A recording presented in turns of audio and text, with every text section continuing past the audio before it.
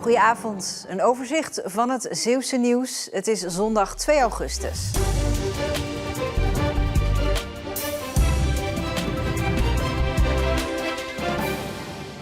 Dit is het traditionele beeld van een begraafplaats. Grafstenen en grafzerken. Maar op Noord-Beveland kan het vanaf gisteren ook op een andere manier. Natuurlijk begraven in een parkje tussen de vlinders en de bomen. Ja, wij zijn wel geïnteresseerd. We willen eventueel hier wel een plaatsje hebben. Waarom trekt u dat aan? Nou ja, een steen hoeft voor ons niet. En de kinderen wonen verderop, dus die komen toch niet voor een graf zorgen. Die komen er hooguit eens 1 keer in een jaar naar kijken. En dan is gewoon een nummertje waar je ligt of een GPS-locatie is ook voldoende. En 100 jaar meer rust gelaten worden, nou ja, dat spreekt ons aan. Grafrechten en onderhoud worden voor 100 jaar afgekocht. En dan lig je op een plek die in niets lijkt op een gewone begraafplaats. Nou, dat is natuurlijk ook eigenlijk de bedoeling, want het is echt iets echt heel bijzonders om natuurlijk te begraven. En dan toch heel anders als een traditioneel graf. Je wilt toch eigenlijk, is een beetje de insteek, opgaan in de natuur. Dus er zijn ook niet veel ornamentjes. Het is gewoon een boomschijf bovenop en verder zie je eigenlijk niet dat er iemand ligt. Wie hier wil liggen moet wel een binding hebben met Noord-Beveland. Op de eerste dag zijn er al zo'n 20 plekken gereserveerd. De eerste 2 die waren eigenlijk al binnen 10 minuten. Die zei nou, dit is mijn plekje en daar wil ik naast. En, dus ja, het gaat eigenlijk boven verwachting eigenlijk veel vragen naar. Dus we zijn er hartstikke blij mee. Hockeyster Imke Verstraeten uit Hulst, hier te zien op archiefbeeld, is gisteravond voor de 2e keer Europees kampioen geworden met Jong Oranje. In de finale tegen Spanje trok de ploeg met 2-1 aan het langste eind. De 21-jarige Zeeuws-Vlaamse was met 6 treffers de topscorer van het toernooi en werd verkozen tot beste speelster van het evenement. Morgen en overmorgen wordt het weer erg warm en dus heeft het KNMI het Nationaal Hitteplan vanaf middernacht voor Zeeland afgekondigd.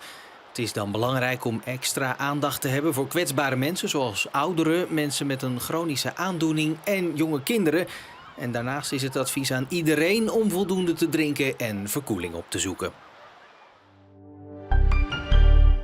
Het jaarlijkse zomerschaaktoernooi in Vlissingen is verhuisd.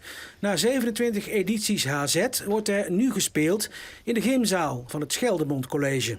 We zitten een beetje gebonden aan de data omdat we in een reeks van toernooien passen. Mensen die hiervoor of hierna ook nog een toernooi willen spelen. En die week was niet meer beschikbaar bij de HZ, nee. Blij met de nieuwe locatie? Ja, blij en heel dankbaar. Zonder dit hadden we het toernooi niet kunnen organiseren. De deelnemers moeten er uiteraard nog even aan wennen.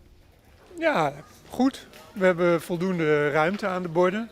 Dat is altijd belangrijk. Als je dan ziet hoeveel mooie locaties Zeeland heeft en we zitten dan hier in een sportzaaltje, ja, dan moet het volgens mij nog wel beter kunnen. Het is wat voor schakers, je kijkt naar het bord, dus dat maakt weinig uit. Opstaan en weer doorgaan. Lijsttrekker en fractievoorzitter Margot Lemsom van de VVD op Schouwen-Duiveland kreeg de afgelopen maanden veel over zich heen. Haar partij won bij de gemeenteraadsverkiezingen, maar kwam toch in de oppositie terecht, omdat andere partijen boos waren. Lemsom had aangekaart dat ze zich door andere raadsleden geïntimideerd voelde en dat er dreigende taal was gesproken. Lemsom wilde daarbij geen namen noemen. Ik had niet verwacht dat dit zo zou exploderen, absoluut niet. Want als ik zelf daar aan de andere kant had gezeten, dan had ik gezegd van, wat is er aan de hand, wat kunnen we doen, wat kunnen we voor je betekenen. Dus ik had dit absoluut niet verwacht. Ik had wel meer verwacht dat we meer zouden kijken van oké, hoe gaan we dit oplossen. Maar blijkbaar is dat toch een cultuur dat mensen dat niet durven en dat vond ik vervelend en dat heb ik aangekaart. Tussentijds overleg met VVD-fractiegenoot en campagneleider Cedric Kik.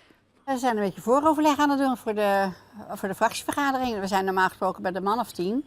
En wij kijken dan even van tevoren van oké, hoe gaan we het aanpakken en wat zijn de zaken die op de agenda staan. De VVD-fractie zit nu met 5 zetels in de oppositie en wil zich daar onder meer inzetten voor meer woningbouw. We hadden hele mooie plannen die we wilden gaan uitvoeren. En dat wordt lastiger nu we in de oppositie zitten, maar bouwen, dat is wel iets waar wij ons druk over maken. Maar dat is natuurlijk niet het enige. We willen mooie scholen bouwen voor het goed onderwijs. We willen dat alle voorzieningen zoveel mogelijk blijven bestaan. We willen meer blauw op straat. We hebben heel veel wensen, maar we weten ook dat we niet alles kunnen gaan verwezenlijken.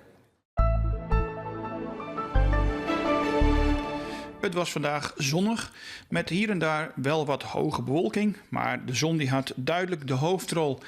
En de temperaturen liepen op naar 26 tot 28 graden, maar dankzij een matige wind uit het noordoosten was het allemaal niet te warm.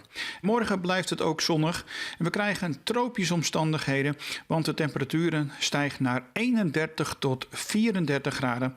Er is niet veel wind, die is zwak en variabel. En dinsdag blijft het warm. Het wordt dan gemiddeld zo'n 32 graden. Maar dan kunnen we wel later op de dag te maken gaan krijgen met een enkele regen- of onweersbui. En vanaf woensdag wordt het geleidelijk allemaal weer wat minder warm. De westenwind die trekt aan en de kans op een enkele bui neemt later in de week geleidelijk toe. En met het weer zijn we aan het einde van deze Zeeland Nu. Een hele fijne avond.